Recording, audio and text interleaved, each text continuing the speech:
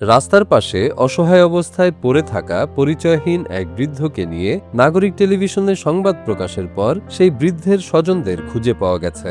গণমাধ্যমের শক্তিশালী ভূমিকায় এমন মানবিক একটি কাজ করা সম্ভব হয়েছে। প্রয়োজনীয় পরিচয় নিশ্চিত করে গতকাল দুপুরে মাদারীপুর সদর হাসপাতাল থেকে তাকে পরিবারের সদস্যদের কাছে হস্তান্তর করা হয়। তবে বৃদ্ধ হেমায়েত মোল্লা প্রথমে তার ছেলের সাথে বাসায় ফিরে যেতেই চাননি। না চাওয়ার কারণটা অনুসন্ধান করে দেখা জরুরি বলে মনে করেন স্থানীয়রা। নেওয়ার জন্য আসছে, আপনি কি যাবেন? ছেলেদের সাথে যাবেন? ছেলেদের কাছে যাবেন না। এই যে আপনার ভাতিজা আছে, ভাতিজা এর সাথে যাবেন, এ আপনার দায়িত্ব নিবে। ভাতিজা নিবে ছেলেরা ভালো না, ভাতিজা ভাতিজা ভাতিজা আপনার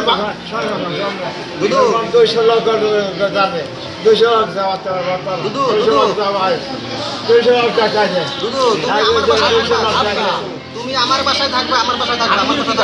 নাগরিক টেলিভিশনে সংবাদ প্রচার হওয়ায় বৃদ্ধের স্বজনরা ছুটে আসেন হাসপাতালে। পরে সেই বৃদ্ধকে তাদের কাছে হস্তান্তর করা হয়। কয়েকদিন আগে, বেশ কিছুদিন আগে একজন অজ্ঞাত বৃদ্ধকে সাংবাদিক স্বেচ্ছাসেবী সংগঠনের জন্য তাকে নিয়ে আসে হাসপাতালে আমরা তার যথাযথ চিকিৎসা করি এবং নাগরিক টিভি সহ বিভিন্ন মিডিয়ায় এই খবরটি প্রচার করায় অজ্ঞাত ব্যক্তিটির যে লোকজন আছে, তার ছেলে বা অন্যান্য আত্মীয়স্বজন আসছে, তারা করে খবর পেয়ে আমাদের হাসপাতালে আসে এবং আমরা তাদের কাছে তাকে এর আগে প্রায় ৭০ বছর বয়সী ওই বৃদ্ধকে বেশ কয়েকদিন মাদারীপুর পৌরসভার পানিছত্র এলাকার লিগ্যাল এইড সংলগ্ন সড়কের পাশে অসহায় অবস্থায় পড়ে থাকতে দেখা যায়। বয়সের ভার ও অসুস্থতার কারণে তিনি ঠিকমতো হাঁটাচলা করতে পারছিলেন না। পথচারীরা খাবার ও পানি দিলেও তার পরিচয় জানা সম্ভব হয়নি। পরবর্তীতে বাংলাদেশ রেড ক্রিসেন্ট সোসাইটির স্বেচ্ছাসেবক, স্থানীয় যুবক ও সংবাদকর্মীদের সহযোগিতায় তাকে উদ্ধার করে মাদারীপুর সদর হাসপাতালে ভর্তি করা হয়।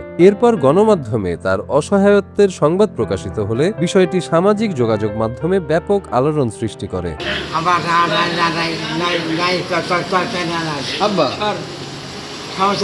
প্রকাশিত সংবাদ নজরে আসার পর বৃদ্ধের স্বজনরা মাদারীপুর সদর হাসপাতালে ছুটে আসেন। তাদের পরিচয় নিশ্চিত হওয়ার পর হাসপাতালের সমাজসেবা কর্মকর্তা এবং জেলা প্রবেশন কর্মকর্তার উপস্থিতিতে গতকাল দুপুরে সেই বৃদ্ধ হেমায়েত মোল্লাকে তার পরিবারের সদস্যদের কাছে হস্তান্তর করা হয়।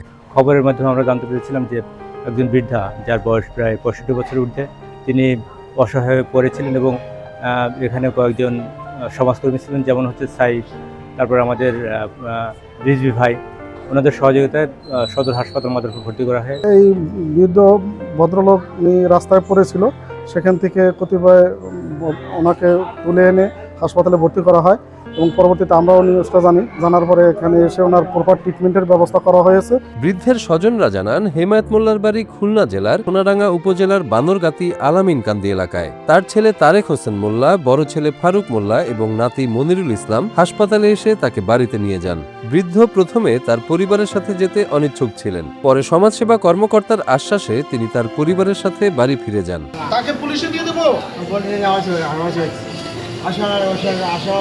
জেলখানায় দিয়ে দেবো। বাবার খবর না নিলে তো জেলখানায় দিয়ে দেবো তাকে।